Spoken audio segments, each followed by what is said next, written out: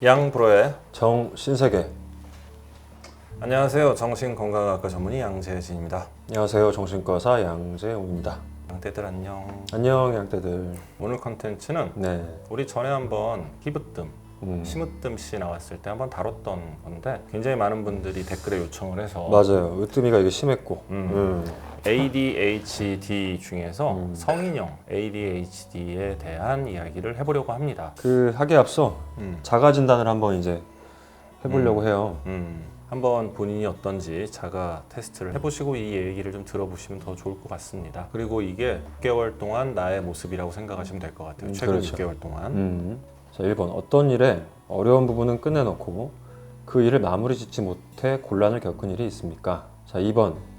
체계가 필요한 일을 해야 할 때 순서대로 진행하기 어려운 경우가 있습니까? 3번. 약속이나 해야 할 일을 잊어버려 곤란을 겪은 일이 있습니까?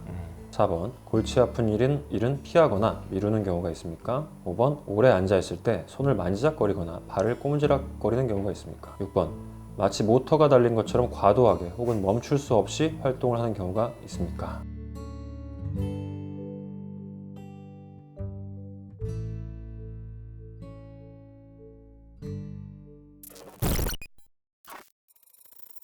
우리가 이제 ADHD는 Attention Deficit Hyperactivity Disorder라고 해서 주의력 결핍 과잉행동 장애라고 하는데 사실은 H가 빠진 ADD도 꽤나 있어요. 그러니까 Hyperactivity 과잉행동은 없고 Attention Deficit 주의력 결핍만 있는 경우도 꽤나 많거든요. 근데 저번에 한번 설명을 드렸지만 ADHD의 증상은 크게 세 가지입니다. 첫째는 당연히 집중력 저하, 주의력 산만 이런 것들. 두 번째는 과잉행동.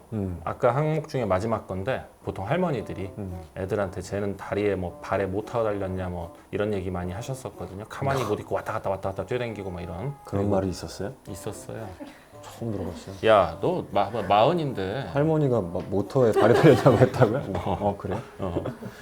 그리고 세 번째가 제일 중요한데 집중력 저하고 과잉행동보다 더 중요한 건 충동성이에요. 충동 조절에 어려움을 겪어요. 그래서 사실 과잉행동은 없고 집중력 저하만 있는 ADD 같은 경우에는 꼭 그렇진 않지만 어렸을 때 보면은 남자아이들보다는 여자아이들에서 좀 더 흔하고요. 소아 때는 ADHD가 다 있던 친구들도 성인으로 넘어와서는 과잉행동은 줄어들고 이 집중력 저하고 충동성만 남아있는 ADD 형태로 변하는 경우가 꽤나 많습니다. 그래서 충동성은 좀 나아지지 않나? 성인 됐을 때? 집중력 결핍만 좀 남아있고. 근데 근본적으로는 그게 뭐 약해질지 몰라도 분명히 남아 있거든요. 그래서 그러니까 학술적으로는 그 과잉행동하고 충동성은 좀 떨어진다라고는 돼 있긴 해요. 임상적으로 제가 봤을 때는 충동성이 분명히 남아 있어요. 그래서 자기가 이 ADD나 ADHD인지를 전혀 몰랐던 친구들 같은 경우에 충동성 때문에 문제가 돼서 찾아오는 친구들이 있었거든요.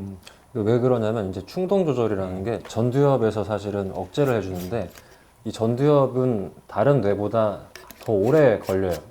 나이를 먹는데. 성숙하는데 오래 걸렸어. 만 30까지 전두엽은 계속 성장을 한다고 돼 있거든요. 그래서 습관을 이제 어떻게 들이냐에 따라서 충동 조절은 나이 먹으면서 좀 더 좋아지는 부분이 있다라고는 돼 있죠. 시크릿 토킹 이제 사연 읽어보죠. 네. 성인 ADHD나 ADD가 의심이 됩니다. 어릴 때 말도 느리고 친구들하고 노는 것도 좋지만 혼자 있는 걸 더 좋아했었습니다. 학업은 나쁘지 않은 편이었는데 언제부터인지 남의 말을 듣는 게 힘들어졌습니다. 대화 도중 딴 생각하기 일쑤였고 뭐든 대충 하는 습관으로 크고 작은 실수들도 많고요. 지루한 걸 참지 못해서 직장도 자주 바꿨습니다. 지금껏 그래도 크게 문제를 인지하지 못하다가 결혼을 전제로 만나고 있는 사람에게 제가 비정상적이라는 말을 듣고 충격을 받았습니다. 들어도 맨날 까먹고 반대로 행동하기도 했고요. 그 사람이 싫어하는 일만 골라서 한 것 같아요. 결국 결혼도 깨지고 제 책임이 큰 것 같아 속상하고 무섭습니다. 즉흥적이고 충동적이고 사람 말을 귓등으로 흘리고 4차원 같다는 말. 찾아보니 성인 ADHD 증상의 많은 부분이 제 이야기인 것 같고 제 성격 때문에 주변에 피해만 주는 것 같아서 가뜩이나 낮은 자존감이 더 낮아졌습니다. 막상 검사를 해보려고 하니 결과를 듣는 것이 두렵고 제 미래도 두렵습니다.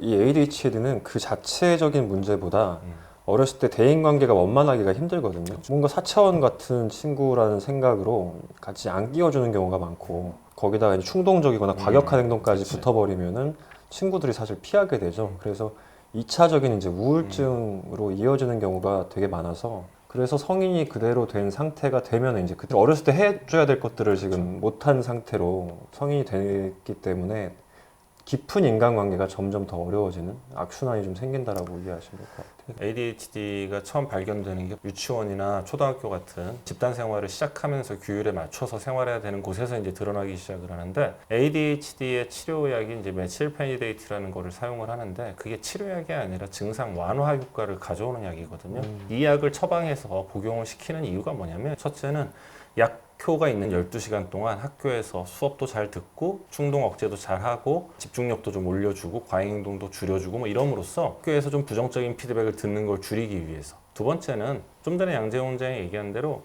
ADHD가 있는 채로 치료를 안 하고 내버려 뒀을 때 가장 많이 찾아오는 게 소아청소년 우울증이 가장 많이 찾아오고요. 그 다음에 이제 품행장애라고 그러죠. 비행청소년 품행장애로 가는 경우들도 종종 있고 이게 이제 치료가 제대로 안 된 채로 또 성인으로 갔을 때는 좀 더 심각한 문제가 될 수 있기 때문에 그걸 목표로 해서 약 처방을 하게 되거든요. 요즘은 사람들이 워낙에 이제 컨텐츠 홍수 시대에 살고 있고 뭔가 오랫동안 참고 보고 이거가 안 되잖아요. 점점. 그러니까 우리가 영화도 옛날에 2시간을 오로지 봐야 됐고 드라마도 1시간짜리를 16번을 봐야지 이제 이거를 봤다라고 얘기를 하는데 요즘에는 그 요약본이 계속 나오고 있고 그 요약본도 길면 또 사람들이 스킵을 할 수가 있고 원래대로라면 참고 견디는 거를 어떻게든 훈련이 하게 되는데 그게 재미있는 놀이를 통해서라도 근데 이제는 우리가 재미있는 놀이를 통해서도 더 이상 참을 필요가 없어지는 어떻게 보면 뇌 세팅 자체가 점점 더 자극 추구형으로 바뀌고 있는 그런 식으로 가고 있다는 생각이 들거든요. 그러니까 어떻게 보면 ADHD라는 어떤 질환은 학습된 어떤 훈련으로 통해서 좋아질 수 있는 부분인데 전두엽도 사실은 그렇게 해서 좋아지게 만들어야 되는 건데 단단하게 만들어야 되는 건데 우리가 살고 있는 이 시대가 그 전두엽을 성장하게 하는 데는 사실은 굉장히 안 좋은 영향을 줄 수 있다라는 생각이 들어요. 그 아까 30까지 이제 성장을 한다고 제가 말씀을 드렸던 건 이제 원래 학술적인 의미였는데 지금은 이제 이게 과연 될까라는 생각이 들거든요. 저희가 어렸을 때보다 지금의 10대 애들은 훨씬 더 이제 그 컨텐츠를 소비하는 어떤 행태가 완전 달라져 있잖아요. 아 그리고 또 그것도 있어요. 전두엽을 우리가 좋아지게 하는 데 있어서 운동이라는 게 신체 활동이라는 게 굉장히 중요하거든요. 근데 요즘엔 신체 활동을 거의 잘 안 하잖아요. 옛날에 뛰어놀고 뭐 규칙을 정해서 그 안에서 뭔가 협동을 하고 뭐 이런 것들이 굉장히 없었기 때문에 그 전두엽이 성장할 수 있는 기회 자체가 좀 더 박탈당하고 있지 않나 이런 생각이 좀 들긴 합니다. 우리가 어렸을 때에 비하면 일단 들어오는 정보, 자극의 양이 말도 안 되게 많아졌고 그 수많은 자극들을 빨리빨리 접해야 되다 보니까 뭔가에 집중해서 보는 시간도 훨씬 더 줄어들었고 그게 반복되다 보니까 길면 참지를 못해서 돌려버리거나 스킵해버리고 분명히 의학적으로 보면 악순환이고 근데 사회 변화를 봤을 때 과연 이게 악순환일까라는 생각도 들어요. 왜냐하면 이게 불과 10년 전? 한 8, 9년 전만 해도요. 미디어에서도 그러고 저한테 인터뷰 요청 제일 많이 온 것 중에 하나가 스마트폰 중독이었단 말이에요. 스마트폰 중독 사회 문제다. 요즘 애들 어떡하냐. 그거에 대해서 굉장히 많이 얘기도 했고 굉장히 많이 인터뷰 요청도 왔는데 지금은 전혀 그런 게 없어요. 왜? 스마트폰 중독이란 말을 쓰지를 않는 게 지금은 스마트폰이 없으면 이 생활이 안 되기 때문에 그러다 보니까 이제는 어느 누구도 스마트폰 중독이라는 얘기를 안 하기 시작을 하더라고요.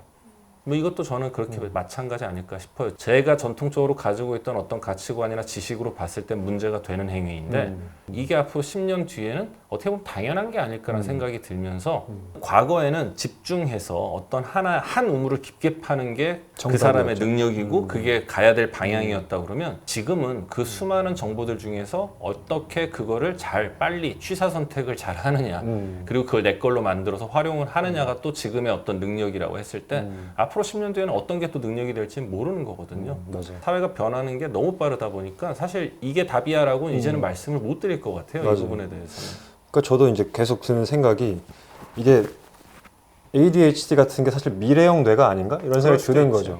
모든 정보를 계속해서 받아들이는 거고 그때그때 빠르게 유연하게 대처할 수 있는 게 아닐까라는 생각을 하게 되는 게 그러니까 옛날에 어떤 정답이라고 믿었던 것들이 꼭 정답이 아닐 수도 있겠다. 그렇다라고 한다면 우리가 과거에는 이제 그 절제력을 키워서 뭔가 전두엽을 강화해서 그 사람의 어떤 성인으로서의 어떤 그런 길을 이제 우리가 제시를 했다면 그게 지금 과연 이 시대에 맞을까? 이런 생각들을 계속 하게 되는 것 같고 당연히 물론 이건 뭐 고쳐야 될 질환은 맞지만 꼭 ADHD까지는 아니더라도 뭔가 좀 사고가 팍팍 튀는 것들에 대해서는 우리가 뭐 다른 시야는 한번 가져봐야 되지 않을까라는 생각이 들긴 합니다. 30년 혹은 40년 전만 해도 ADHD라는 병이 없었어요. 오죽하면 이거 음모 이론이 있었잖아요. 맞아요. 뭐 제약회사에서. 제약회사에서 돈 주고 이런 병을 만들어냈다, 약 팔려고 뭐 이런 음모 이론이 있을 정도였고, 근데 이게 아까 양재원 원장이 얘기한 대로 정말로 한 10년, 20년 지나면 집중력이 떨어져서 산만한 친구들이 오히려 훨씬 더 능력 발휘를 잘할 수도 있어요. 옛날에는 진짜 한우물 파야 된다 했는데 어느 순간부터 야 멀티를 할 줄 알아야 돼 뭐 그렇지. 이런 게 됐잖아요. 그러니까 여러 군데 관심을 갖고 막 멀티를 할 수 있는 거에 대해서 어느 순간 능력이라고 이제 얘기를 할 수 있는 시대가 된 것처럼 하나에 이렇게 집중을 계속 하는 것뿐가 아니라 새로운 자극에 그때그때 반응할 수 있는 게 어떻게 더 미래형 뇌가 아닐까 뭐 그런 그러게요. 생각을 해봐요. 그래서 지금 사연을 보내주신 분도 물론 일을 하는데 분명히 지장은 있을 수 있어요. 그리고 대인 관계에서 문제가 그쵸. 생기고 있고. 지금 ADD나 ADHD적인 면이 앞으로 5년, 10년 뒤에는 분명히 본인에게 도움이 될 수도 있을 거라고 생각은 하지만 현재 상황에서 본인의 일이나 본인의 대인관계에 문제가 있기 때문에 지금 보면 이분 그렇기 때문에 한번 전문가를 찾아가서 좀 치료를 받아보시는 건 어떨까 싶어요. 그리고 너무 낙담 안 하셨으면 좋겠습니다. 그래요. 저도 사실은 어렸을 때 ADHD 같았거든요. 되게 충동적이었고 맨날 우유 엎지르고 혼나고 우산 잃어버리기 일쑤였고 그렇지. 정말 뭐 그랬지만 사실 훈련이 되게 중요하긴 해요. 그러니까 내가 훈련을 하는 게 어떤 목적은 있어야 될 것 같아요.